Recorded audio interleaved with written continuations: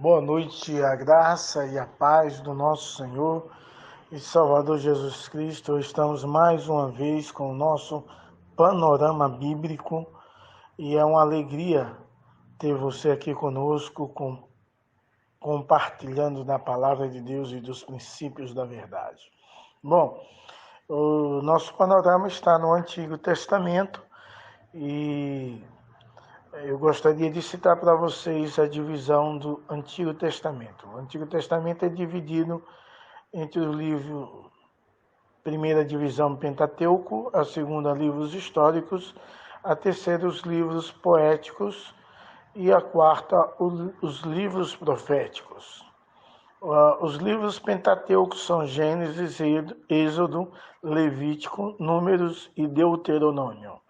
Os livros históricos, Josué, Juízes, Ruth, 1º e 2º Samuel, 1º e 2º Reis, Esdras,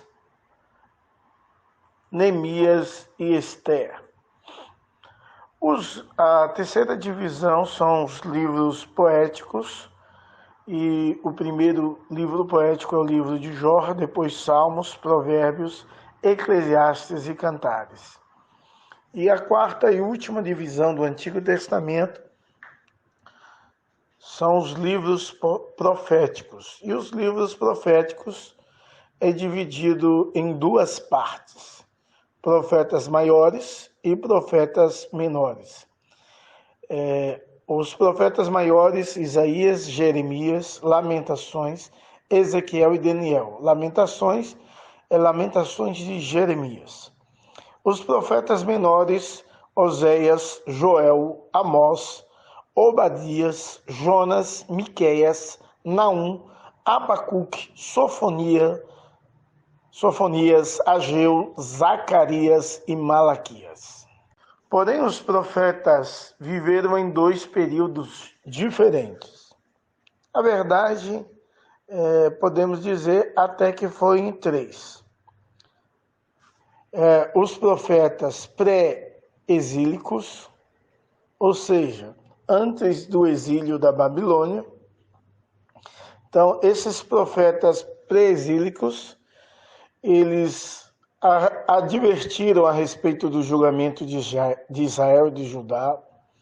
São eles Obadias, que escreveu para Edom, Amós, Oséias, Joel, que escreveu para o reino do norte, Isaías, Miqueias, Naum, Abacuque, Sofonias, Jeremias, escreveu para Judá. Jonas, levado para profetizar o arrependimento ao povo de Nínive. Os profetas durante o exílio. E aí os profetas que profetizaram durante o exílio foi Ezequiel e Daniel, nesse caso, o exílio da Babilônia. Os profetas exílicos escreveram para encorajar o povo de Deus a esperar pela restauração deles. Ezequiel e Daniel escreveram da Babilônia para fortalecer a fé do judeu. Os profetas depois do exílio, os profetas pós-exílicos, escreveram para confirmar a aliança de Deus ao seu povo. São estes: Ageu, Zacarias, Malaquias, escreveram para o povo de Judá que havia retornado do cativeiro. Porém, hoje nós iremos estudar o livro de Lamentações de Jeremias. Lamentações do profeta Jeremias. Possivelmente esse livro foi escrito entre o ano 587, antes do nascimento de Cristo, e a palavra-chave é lamento. Na verdade, a prática de lamento era uma prática litúrgica do culto judeu. Havia no culto, inclusive a salmos de lamento, um tempo para a pessoa lamentar. É claro que hoje, nos nossos dias, nós não temos essa prática. E talvez se alguém se lamentar e chorar diante de um culto ou no momento do culto, iremos talvez ter uma atitude repulsiva, achando que a pessoa está errada e murmurando contra Deus, enquanto o lamento é um catarse, é abrir o seu coração diante de Deus, colocando diante do Senhor todos os seus sentimentos, em nome de Jesus. Lamentações é um apêndice à profecia de Jeremias, o livro, que registra a tristeza aguda e dolorosa do profeta pela miséria e desolações de Jerusalém, resultante de seu cerco e destruição. Um versículo muito conhecido e extraordinário é o de Lamentações 3:21. Quero trazer à memória o que me pode dar esperança. Foi escrito logo após a invasão e destruição de Jerusalém por Nabucodonosor, rei da Síria. Quando olhamos a esfera de ação do livro, do ano 627 a 580 a.C., estende-se desde o ano 13 do reinado de Josias até a primeira parte do cativeiro da Babilônia. Cobre um período de mais ou menos 40 anos.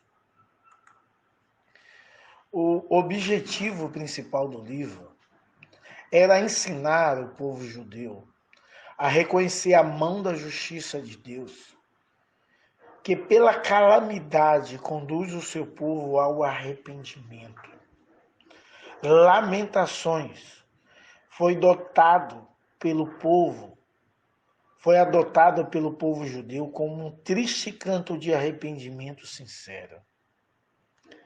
Muitas vezes nós, em meio aos momentos difíceis, nós não conseguimos enxergar a mão de Deus, e é necessário ver a mão de Deus agindo com juízo sobre as nossas vidas. É necessário entender e reconhecer o quanto Deus tem sido fiel e o quanto Deus tem sido amoroso, trazendo juízo para nos conduzir ao arrependimento. O propósito do livro, escrito logo após a destruição de Jerusalém, por volta de 586 a.C., esta série de 5 poemas de lamento, a perda do esplendor, a miséria em que foi reduzida a cidade do grande rei. Quando olhamos a mensagem, o propósito desse livro, a sua mensagem anunciava o agir de Deus sobre a dura cerviz do seu povo através da Babilônia. Em sua época, o reino do norte já havia caído e quase todo Judá também. Jerusalém estava principalmente sozinha, mas continuava rebelde aos preceitos do Senhor. Jeremias apela ao povo que se arrependa e anuncia perigo do juízo de Deus. Ao mesmo tempo, apresenta o Senhor como Deus paciente, apresenta o último apelo do Senhor na tentativa da destruição. E esse apelo era um apelo que pedia do povo, ou desejava do povo, arrependimento. Desejava que o povo se voltasse para Deus em arrependimento e fé. Precisamos também ver nos nossos dias tamanha destruição acontece nos casamentos, separações, nas famílias, perdas de filhos para as drogas, para os vícios e muitas enfermidades, muitas situações tristes e adversas têm acontecido na nossa nação e em todo o mundo, e precisamos entender que Deus está nos chamando ao arrependimento e ao voltar-se para Ele em amor. O versículo-chave: tornou-se o Senhor como inimigo, devorou Israel, devorou todos os seus palácios, destruiu as suas fortalezas e multiplicou na filha de Judá o pranto e a lamentação. Demoliu com violência o seu tabernáculo, como se fosse uma horta. Destruiu o lugar da sua congregação. O Senhor em Sião põe em esquecimento as festas e o sábado. E na sua indignação, na sua ira, rejeitou com desprezo o rei e o sacerdote. Lamentações 2, versos 5 e 6. Meus amados irmãos, esse texto é um texto duro e um texto de juízo de Deus sobre o povo de Deus, com a intenção de levar o povo ao arrependimento e fé.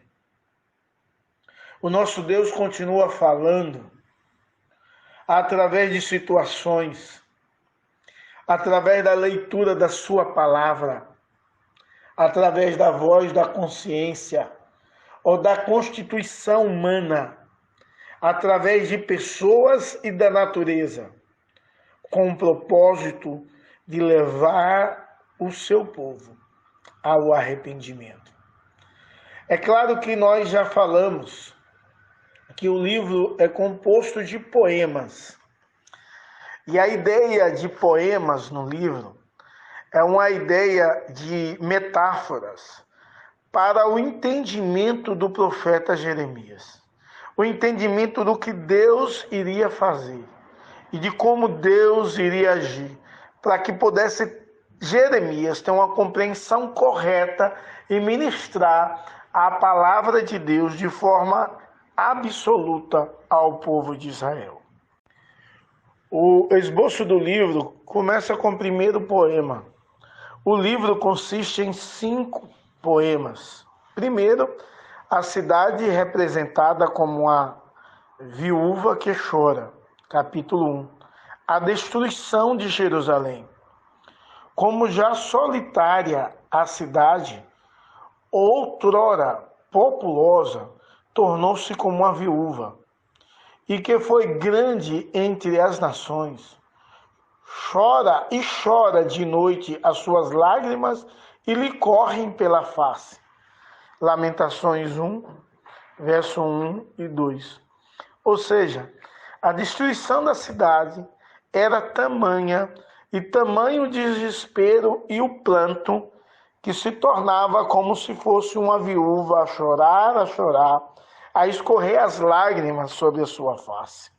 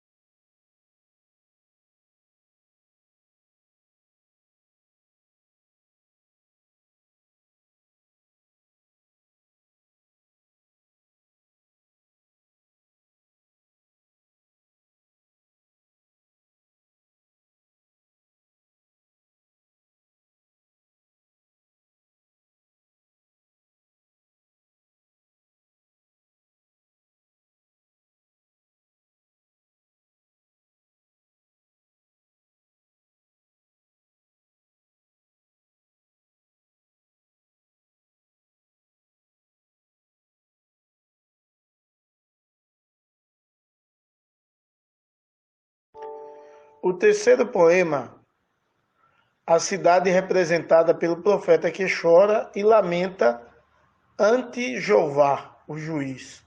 Capítulo 3, a misericórdia do Senhor. E realmente você vê que continua a ideia de lamento diante do juízo de Deus. E no capítulo 3, o verso base seria o verso 1 e os 64. Eu sou o homem que viu a aflição pela vara do furor de Deus. Ele me levou e me fez andar em trevas e não na luz. Tu lhes darás a paga, Senhor, segundo a obra das suas mãos. Ou seja, o profeta, ele chora diante do juízo de Deus e ele é o pregador desse juízo, então isso traz muita tristeza a ele. O quarto poema, a cidade representada como ouro embaraçado, mudado e degradado. Capítulo 4, o cerco de Jerusalém. Os versículos chaves desse texto é Lamentações 4, verso 1 e verso 13. Como se escureceu o ouro, como se mudou o ouro refinado, como estão espalhadas as pedras do santuário pelas esquinas de todas as ruas, foi por causa dos pecados dos seus profetas. É um negócio muito sério, irmãos.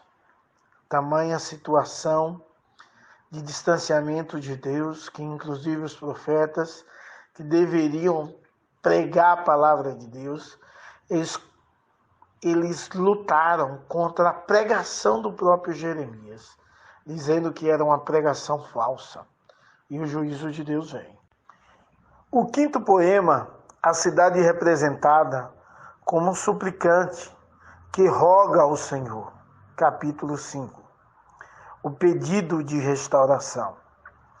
O texto básico é Lamentações 5, verso 1, verso 19 e verso 20, que diz assim a palavra de Deus: Lembra-te, Senhor, do que nos tem sucedido.